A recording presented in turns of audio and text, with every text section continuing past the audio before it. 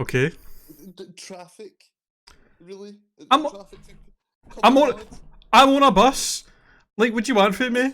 It's not in my control what fucking route it goes. There was traffic. You're not in the traffic. You are the traffic at that point. I'm still in traffic.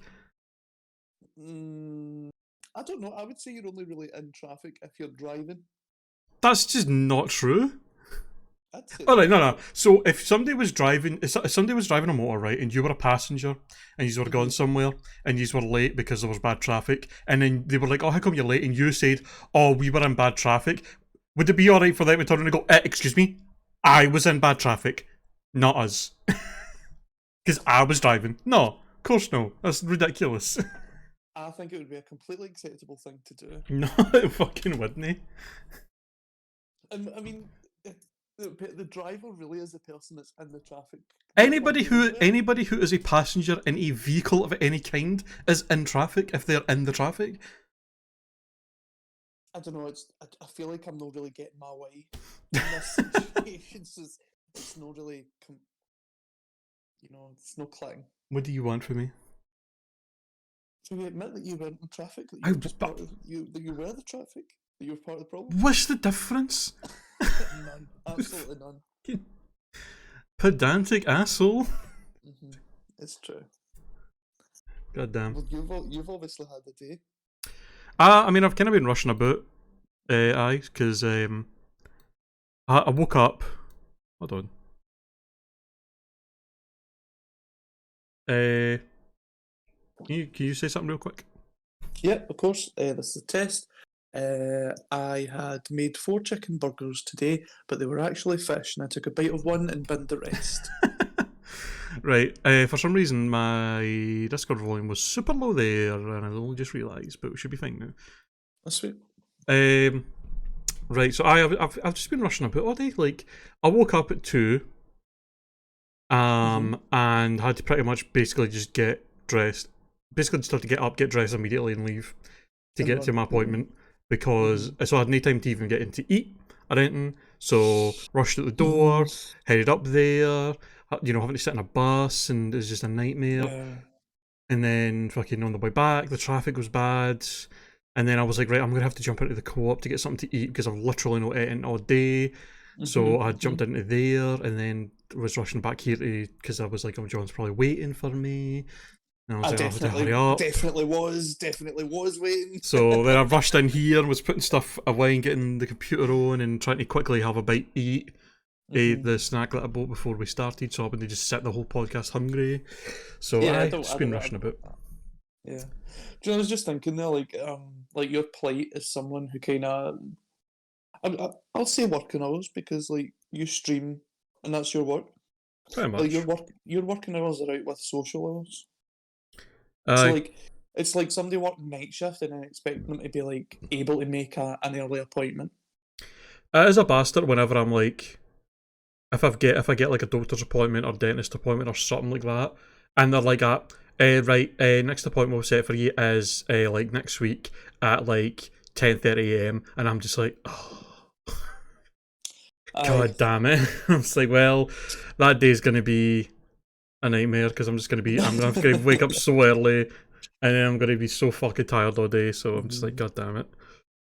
I would say I've got a regular sleeping schedule. I get up around 7 every day, and even if they offer me an appointment at 9:30, I'm like, nah, it's too much work to be ready for that time. Aye, it's too much work. I used to have a normal sleeping pattern. There was a while where I was going to bed like around midnight every day and waking up at like 8-9 o'clock in the morning, and that was good. Yeah. And I had that for a while, and then I think for pretty much since the pandemic started and like maybe a bit before, is my sleeping pattern's basically been go to bed about 5-6 o'clock in the morning and wake up about 2-3 o'clock usually. Yeah. Although I seem to have this issue nowadays where 90%, I would say 90% of the time, I have to wake up in the middle of my sleep to pee, and then because I'm waking up at like 10-11 o'clock in the middle of my sleep to pee and try to get back to sleep at that time when it's like bright out, and that is a bit harder. So there's some times where I just don't sleep very well, and it's a bit of a nightmare. What I will say is that obviously you're a gentleman of a certain age, and Aye. as gentlemen of certain ages grow into those certain ages, we find that our body kind of lets us down for a full night's of sleep. Aye. It's a bastard. It's rare that I'll actually go to bed and sleep for a full just straight 8 hours. It is rare. I definitely try and like not drink anything or anything that would make me get up because I hate it. I hate getting up in the middle of the night because, as you say, like you could go to bed and you know it's like your body's decided, oh, we're done now, we're up, right, cool. Aye. Especially because that's the thing, because people always say like, oh, when I get up in the middle of the night to pee, I try not turning the lights on because it'll wake my body up and all that. But Yeah. but for me, it's like, well, I'm waking up at like 11 o'clock and during the day, so that's not really an option unless I get blackout curtains for every room in the house and have them doing it all the time. Like You'd be like Nicole Kidman and The Others, or what was it? I can't remember. I think it was The Others. Have you seen the movie? No. I've not seen the movie. Oh, well, I won't spoil it then. It's like a big M. Night Shyamalan twist. The Others, what one is that? I feel like it's I probably didn't know of it. Nicole Kidman. It's definitely Nicole Kidman. Is it one of these bad ones? Probably is. No, sorry, it's not. It's not an actual M. Night Shyamalan movie. Oh, it's just got that kind of twist. It's just got like it's the story's really good in a way that it kind of leads you to believe a certain thing, and then it obviously takes you somewhere else. Okay. So 2001, so early 2000s horror. Try to see who directed it. I can't see, but I don't think it was M. Night. I feel like it's definitely a movie I've heard before, but I don't really know what happens in it at all or anything, so. Oh, the director is Alejandro Amenabar. I hope I said that right. I've no idea who that is. No idea what else he's done. No, and I'm not even going to look it up, but it is a good movie, I will give it that. It does have like, in fact, do you know what you'll know? Do you know what you will know? What is that? Do you remember the scene in Scary Movie 3? And it's the wee lassie underneath the white cloth. Oh, is that what that's referencing? That's what that's from. Oh, I see. I never understood what that reference was. That part of that movie. It was just wild. Michael Jackson hiding underneath the blanket. Do you know what's hilarious? Do you know what's hilariously ironic about that specific, the fact that there's a reference to that specific scene that you were talking about? When you when you said, "Oh, you'll remember," in my head, I literally went, "Do you remember?" Like the Michael Jackson song, and it's that scene that he's in that you were talking about. Oh. That is funny. What do they call that? I'm sure there's a name for that. Shared psychosis, maybe. No, like talking about like sleep schedules and stuff like that. I think I was talking to a friend about this earlier on in the week that I think for a lot of people the way that they used to like live their life, a lot of it's changed. You know, like a lot of people have found that they're not, or they don't need to go into the office for work. So like there's, you know, they've got a lot more time in the morning to kind of catch up and sleep, or you know, whatever kind of hobbies they've got. Like the whole 9 to 5 job is probably a lot more, doesn't sound as bad when you don't have to commute to our office. Yeah. Like back and forth, like rather than having to get up at like 6:30, 7 o'clock in the morning to be able to get up in time, have breakfast and all that, and get ready, and be able to drive there and get there in time, and then the drive back after you finish, and it's like, oh, but now I can work for home, so it's like I could wake up like an hour. I could wake up an hour before work and just like have breakfast and just sit in my jammies all day. Don't have to like don't have to necessarily worry about showering and getting dressed and all that. And then as soon as I finish work, I'm just in my house. It's like that's so much better. You're probably saving like 3-4 hours a day, possibly, depending how far your office is. Plus, depending on like your travel costs, or and not having to pay petrol or yeah. It's like it's such an ideal thing it's crazy that it took a pandemic for it to happen, for this kind of thing to happen, for people to realise, oh wait, it's probably not worthwhile for hundreds and thousands of people to have to go to an office to do a job that they could easily do from their own house. Do you know what I think it is? Like, I think there should be a much more relaxed kind of way of working. Mm-hmm. You know, like this whole 9 to 5, like it's just really strict and rigid, and it kind of doesn't really give you much room in terms of like, you know, like I'm quite lucky because I'm flexible with work. So if I wanted on a random Tuesday to go out a walk and see a hill, or do you know what do you know what I mean? Like I've got the kind of the time and the affordability to kind of just go like, do what I like. And I think that if there was this less rigid 9 to 5 kind of routine, that a lot more people could do that. That's the thing. I mean, there've been so much discussion nowadays about like changing work, that work week to be like only 4 days a week, and to be only like, rather than 8 hours, it to be like 6 hours. And they've done studies saying like if people work 6 hour days, 4 days a week, they literally don't lose any productivity. Like they do about the same amount of work, because all the extra time you're spent in the office doing that kind of job, people spend so much time just no doing their actual job. They just sit about. Because Nobody can be bothered doing their job. do these people that own these companies think that every person that they employ comes in 9 o'clock on the button, works continuously for the entire day until 5 o'clock, and like doesn't just stop at any point? No, of course they don't. There's so much time they spend just fucking about, sitting about, going to the bathroom, fucking sitting talking to people, just messing about on their phone. for their Stuff like that. like they need to for their own goddamn like mental health. Sanity. Nobody's gonna work that crazy. No, this is the thing. Like, it doesn't matter. You can do a job you absolutely love. You couldn't do it in accession and like with no breaks. It doesn't matter what job it is or how much you love it. Like, it's just impossible to give your best all the time. No, there's not gonna happen. I really love that idea where, you know, if people were working 4 days a week, so they had an extra day of leisure, so automatically they'll feel happier, you know. Mm-hmm. It just makes sense. It does. just makes sense. It does. These old timey ways need to get to fuck. Very old timey ways, like just talking about like obviously the earlier on the kind of conversation about how the pandemic's changed things. Like, I think it's changed the way people view certain things. Like people before at a 9 to 5 would look at it and say, "Oh well, that's what we kind of need to do, and it works out this way." Blah blah blah. They would defend it, but now with the pandemic, people are like, "Nah, 9 to 5 is shit. People can work for home, do what you want." Aye, now that they've actually seen the results and been like, "Oh well, that's actually like pretty worthwhile." It just makes Is it? Sorry, go ahead. No, on you go. I was gonna talk about like move on to something else. Well, no something else, but something similar. But if you've got more to say about the Office thing, No, say that first. I'm happy for a segue. Well, the segue was just going to be, it's interesting how there has been some positive things that came out of the pandemic like that. There's just little things that people think about now that for some reason we didn't think about before, when it even comes to like just like germs and stuff. Like new people are like, here, why the fuck when we had birthday cakes did we have people just like blowing them and just get their germs or this cake that everybody's gonna eat? Like literally just here, here's your cake, spit all on it, and then we'll all cut it up and have a slice of your germs.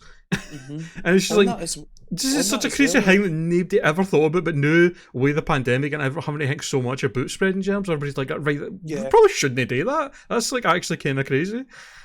Do you know it goes both ways as well? Like, think when we would watch the news and we would see people in like Asian countries that, you know, it was considered quite polite to wear a face mask. We would look at them and go, "They're mental."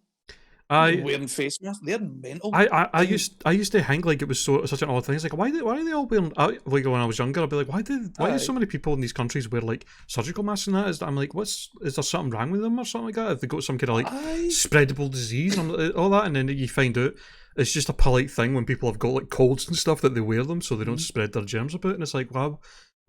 Why do we not do that? Like, actually, again, it's one of the things that make complete sense when you kind of see the picture, but for some reason nobody ever really acted on. It's insane.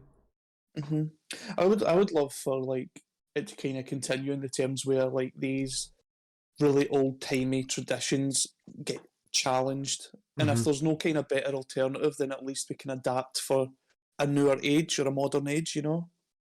There's so many things nowadays that need to be changed.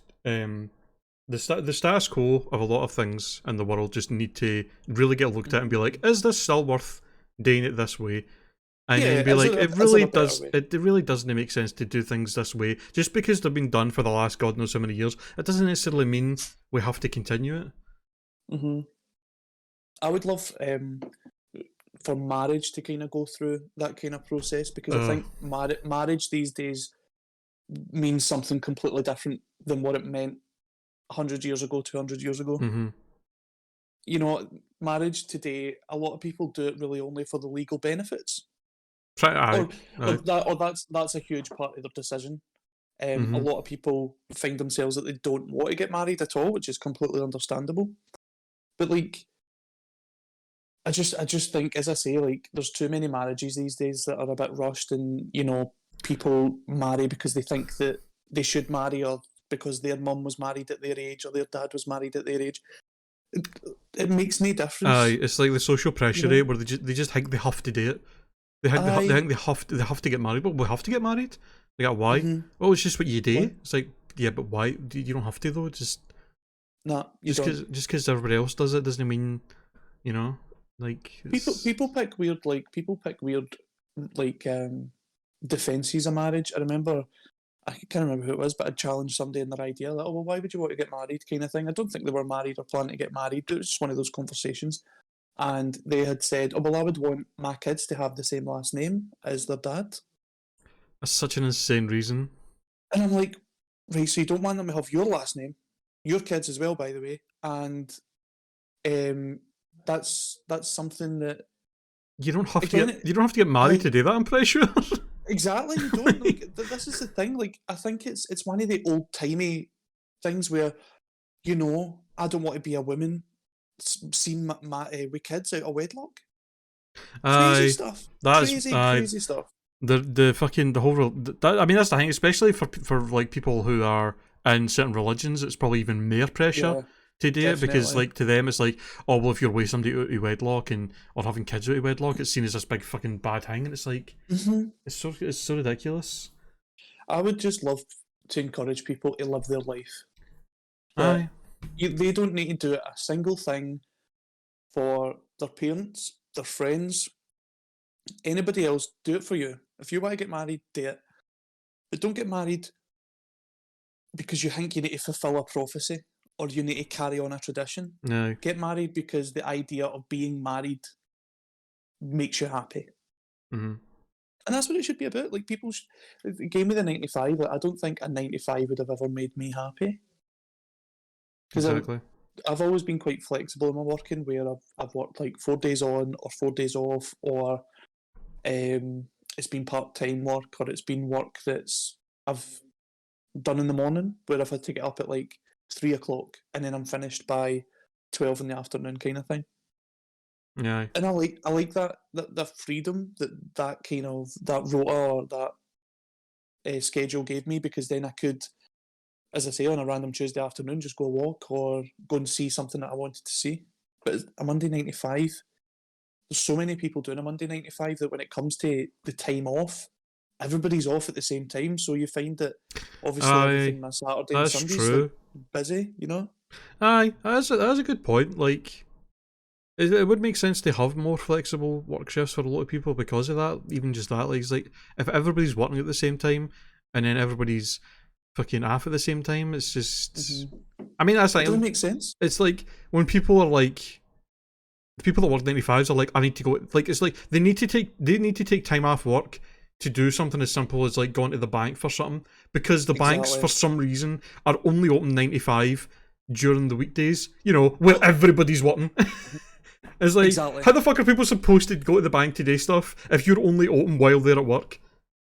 I know that, like, is you feel guilty about asking for the time off to do these kind of errands. Like, by the way, I've got a dentist appointment.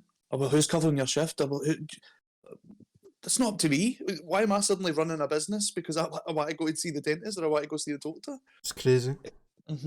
That's why I think that it's maybe a British thing. I think it's a British thing where there's this hard work ethic that's kind of preached to everybody, and everybody kind of needs to follow. And it's I don't know, but it doesn't work for me. It's a think that bastard. Fucking I the whole think that work. if you gave somebody the option, you were like, right, okay, you have 10 hours in the day to do 6 hours work. You can do your 6 hours work right at the start of the day and then have the rest of the day for you, or you can do 2 hours, a big break to whatever way you want to work it. Mm. I think coming and going because everybody's individual, so everybody's got different schedules and different needs and stuff. And a one size 95 isn't going to fit. Going with Britain, like 7 million people, it's just not going to work. You know, Shit needs to be reworked for sure. down with the system, eat the rich. Yes. Eat the rich. Eat them all. Eat the rich. I mean, human beings are highly calorific, so eating people would keep you alive for a lot longer. So in times of starvation, you know, it's not my first choice, but if it's my only choice, maybe. In fact, would you do that? That's an interesting question. Would you eat a person under extreme circumstances? I think if I was going to literally starve to death and that was my only option, I probably would, I think. I think I would. I'd want to know if they were organic. You know, I'd ask them like, You're stranded on a desert island with a group of people, and you're just subtly going about asking them what their diet was like before they crashed here, and you're just like, I ate a lot of crap, I ate a lot of junk food, and you're just like, probably don't want to eat him. Nah. And they do really hardcore drug journeys on Andy here. You know, is Andy coming down from something? What should I look out for? Just like, John, why are you asking us all this? And it's like, no reason. No reason. Just curious. Not one. Just wanting. Let's all get to know each other before we horrifically all starve to death. Oh. But I think yeah, I do agree that I think there does need to be a kind of society systematic change, but I think the people that benefit most from the way that society is just now probably would make it very difficult to happen. Yeah, it's all the people that are currently in power and can actually have the power to change those kind of things are the people that benefit most from just staying the way it is. Exactly. And they're just like, nah, I think we're good. Oh, that's the thing. Like, they have no interest. You know, like they're living in the sun. They've got plenty. They don't want things to change because a change in the way that things are means that maybe they won't have it as good, or maybe things won't be as easy for them. It's I think it's quite likely things might come to change because I've seen a lot. I think it's mostly in the US this has been happening. I don't know if it's been happening here much, but there's apparently just hundreds of businesses in the US that are like they're struggling to find people to work because everybody's just like, after the pandemic and that, people are like, it's more worth my while to not work for a shitty minimum wage job. Like, I'm better off being on like fucking benefits than I am working your shitty job that pays me shit money for working shit hours to make my mental health shit. Like, it's just no worth it. And they're like, I read a thing today. Apparently, some places are getting so desperate to get jobs, to get workers in, that they're literally like not even asking people to do drug tests. Or anything. Wow. They're just like they're so desperate because they just can't find anybody to work. For their jobs. The drug testing's big in America, isn't it? Like, even for a job that wouldn't even really require you to take a drug test, they somehow want to. Aye. I don't know. I think it's a form of prejudice and kind of screening, because you're essentially saying that, you know, it doesn't matter how much control you think you have over your habit. I know better than you, and I know that you won't be a good fit for my company, and I don't care how responsible you are. I don't care about anything like that. It's just it's a form of prejudice, I'd say. But something similar is happening in the UK in terms of, because of, you know, Brexit. You know, like Scotland specifically is the population of Scotland is a declining population, in the terms that Scotland in itself needs immigrants and people to come over to kind of help boost our whole economy and our system, kind of thing. Like, we can't do it on our own because we're a declining population. So we need people to kind of move to Scotland, kind of thing. And anyway, because of Brexit, essentially what's happened is people, you know, the people that moaned about foreigners coming to steal their jobs, well, the foreigners because we've made it very clear with the Brexit. I didn't vote for it, for your information, but because of Brexit, it's made it very clear to these people that would come over for work that they're not welcome, so they're not coming over for the work. So there's a lot of jobs now in Britain that are kind of up for grabs, and they're kind of panicking a little because they're like, wow, like we thought that there'd be people to take these jobs, but there's not.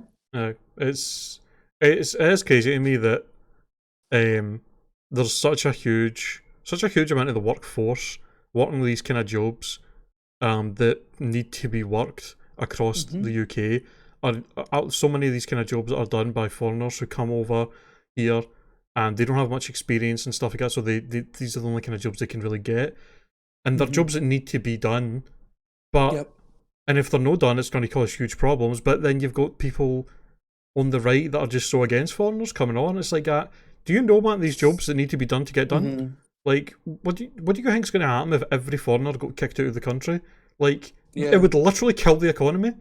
Like, you're just being, it's just stupidity.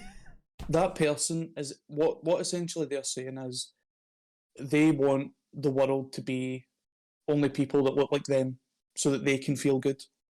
You know, they don't want to go into a hospital and be treated, you know, by a person of colour or anything like that because they might get upset because it upsets them. It's insane.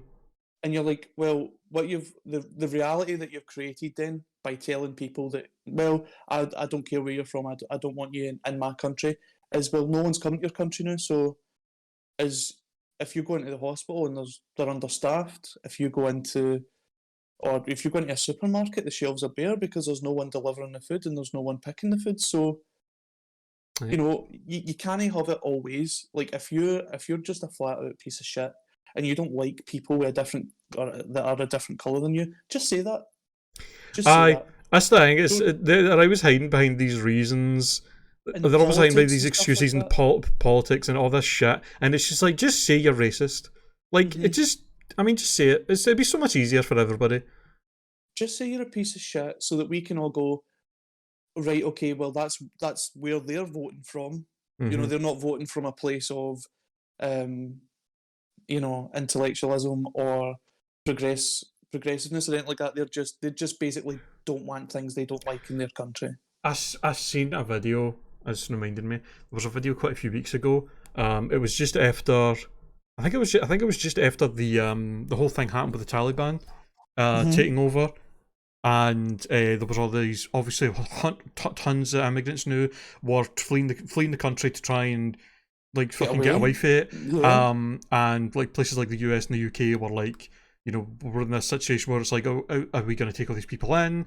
And I remember there was a video where a guy was going about in the US and he was like interviewing like, I think it was like Trump supporters, even though he's fucking out of office, asking them about, because like, it's not about Trump, really, because it's not about Trump. Like, he was asking them about, like, there was a woman that he went to where he went up to her and he started telling her about, like, he started it off by being like, oh, you know, this horrible situation that's been happening, all these families that are now like out of homes and they've nowhere to go, and like putting it that across in the way of like all the family and these women and kids and all that. And then the woman's like, oh, it's so sad and all this, and she's like tearing up and stuff. And then as soon as he's like, so we should like allow these people to come here, right, to like get away from that and like get jobs and be able to have somewhere to live.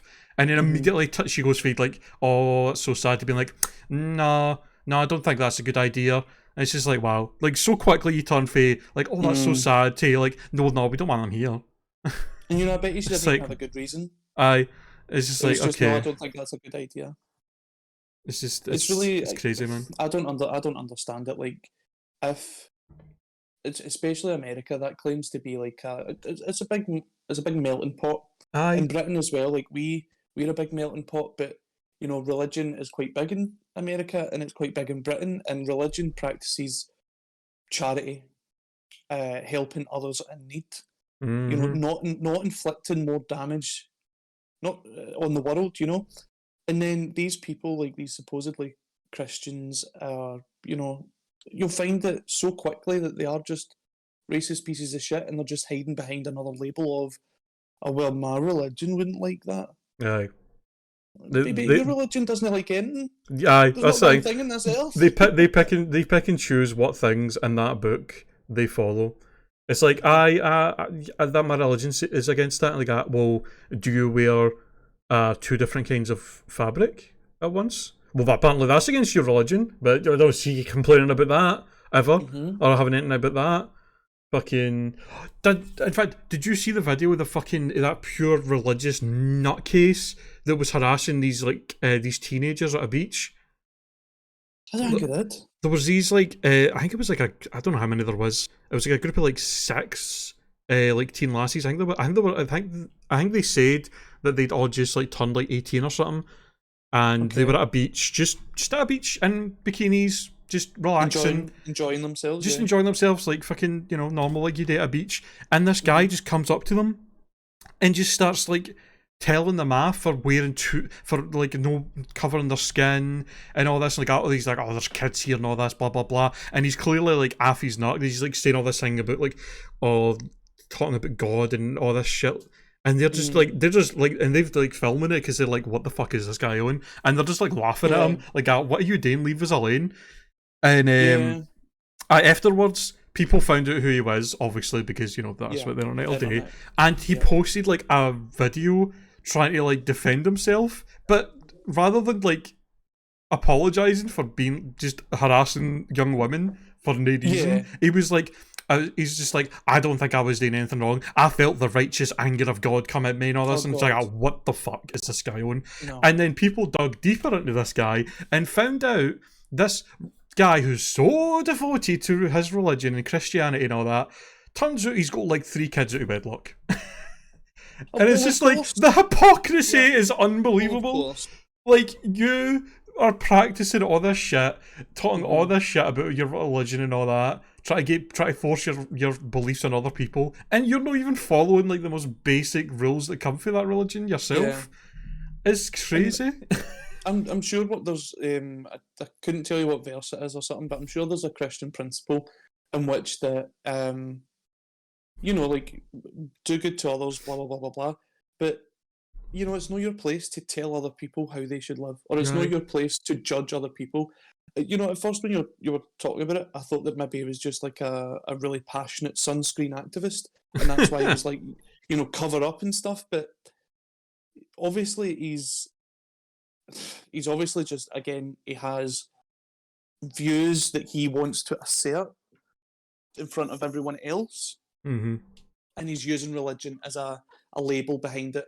So basically, he just wants to have the world be in his image. He's just using religion as a means to get it. It's such an insane thing to think about, the fact that like his reasoning behind it is like, he's like, oh, it's like in his heat, he's trying to like argue that, oh well, they shouldn't be showing so much skin because of the sexual nature of it and all that. And it's like, there's people in bikinis at a beach. There's no really anything sexual about that.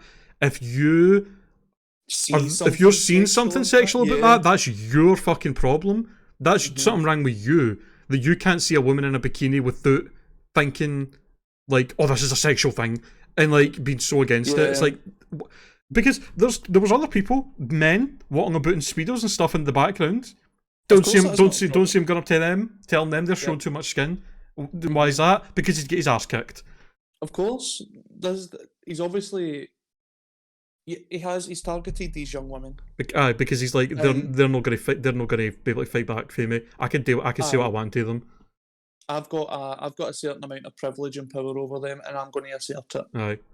Because these people are always the same. They always kind of target the vulnerable. They never target people that you kind of should be targeting. They're not targeting the people you should be holding accountable. Like those women playing or volleyball or whatever it was they were doing at the beach, that's up to them, and you know nothing about them just by seeing them. I don't care how they're dressed. If they're dressed in a bikini, that doesn't mean that they're an object to you, or that they're promiscuous. It just means that they're people at the beach, and that is what they wore today. It's crazy to me that it's insane that guy's like, let's go to the beach, I bet I don't see any women in bikinis. It's like, what are you expecting? You're going to the fucking beach? Like, what? He went to the beach and expected everybody to be in those like bathing suits with like the swim caps and it's like down to the wrists and the ankles. Fucking, you know, you're like, the way if you better if you're not wearing a full wetsuit, then you're just fucking you're no blasphemy. right. Blasphemy. Yeah, you're blasphemy. So crazy, man. People are just crazy. people are mad. I think people take too much to do with what other people are doing. No, like there's something about some people that they go, like that guy said, they feel some divine righteousness flow through them, and they go, "I'm right in this situation, no matter what, and I need to tell everybody." No, you know, these people really need to get taught. These people need to be taught to just mind their own fucking business. Mm-hmm.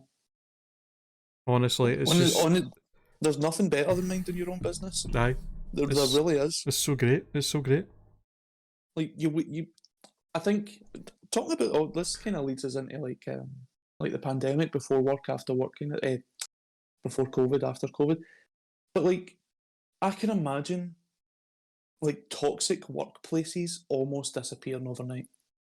That's it. Aye. No gossip, like no stories or bitching, or you can just kind of see it that, well, people are just minding their own business now, and they maybe, I don't know, message each other or whatever. But do you know what I mean? Like, there's no that bitchy or gossip or what I could see or imagine that toxic environment. And even like bigger than that is like, it can't have people get sexually harassed at work if they're not in the same place. Very true. Oh well, no, they could probably still be harassed through emails and stuff, but it's going to be a lot less if they're not physically next to each other. I definitely think there's a lot of women out there that have breathed a sigh of relief that they don't have to go into an office and be guaranteed. Every single woman that works in any office has got one person in that office that they're like, thank God, I don't have to be near them again. 100%. A fucking 100%. Creepy bastard. Yeah, as I say, it's like it's one of these things that you kind of should have looked at and been like, this could be solved almost instantaneously if we just did this thing that we've never did before. We know will work. Mm-hmm. Aye. God forbid, though. Mm-hmm. Hopefully that'll be sometime in the future. That will happen sooner rather than later. That'd be nice. Yeah, I would say so. I think a lot of people would be a lot more open to the idea of working for 50 years if it meant that the work was less laborious or less arduous. That it was something maybe that's, I don't want to use the word fun, but it's accomplishable, it's achievable. Yeah, not something that you wake up and go like, oh, just fucking, can't be bothered with the day, going all the way into the office and just, it's so mentally exhausting, waking up, knowing that you've got like a shift or whatever, and like knowing that you can't be arsed with it, not one bit, like not even a little. And that's why I kind of wish that there was a more kind of openness towards mental health days, because there's been some days where I should have maybe said, I'm not coming in because I'm not in a place to be around a lot of people or anything like that. And then I've went into work and I've fucking like a bull in a china shop. I'm shouting this, that, this isn't done, blah, blah, blah. I'm taking that mood that I don't want to be there out on other people. And that's no good. That's not a good place to be. It's really not a good place to be. That would be a nice thing if they introduced, if for people that had to still like physically go to a place to do the job, if they did introduce like, people can have like a certain amount of like, they can take off mental health days, like a certain amount every like year or something like that. Or you can accrue them, like you can not earn them, but like say for instance you've worked a year, and your employers know about anything that you're kind of dealing with. Again, it goes back to that kind of openness of where you come and go with your employer. They might go, yeah, you can work at home, and this is the amount of work that we expect. Whether you do that at 6 a.m. or 8 p.m. is nothing to do with us. We're just happy as long as the work's done. Well, that would. So I take it you'll be watching the others tonight. Probably not. I know. You're not interested. You know what? You don't want to know about Nicole Kidman's fucking extensive back catalogue. Do you know what movie I was gonna try and watch though? And I don't know if you've seen this. It came out. I think it came out yesterday or the day before. A Scooby-Doo crossover with Courage the Cowardly Dog. Really? Mm-hmm.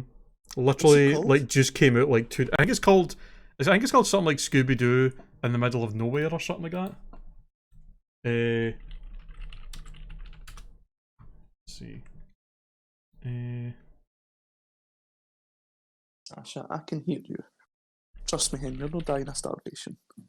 Straight out of nowhere, Scooby-Doo meets Courage the Cowardly Dog. It literally came out on the 14th, so 2 days ago. This is amazing. And, I need to watch this. Apparently, people, from what I've heard, people have getting good reviews and stuff. Apparently, it's a pretty fun movie. And it was so weird though, because I seen it and I was like, that's crazy, because Courage hasn't, like, they've not made any new Courage stuff in like, what, like years? 15, 20 years probably.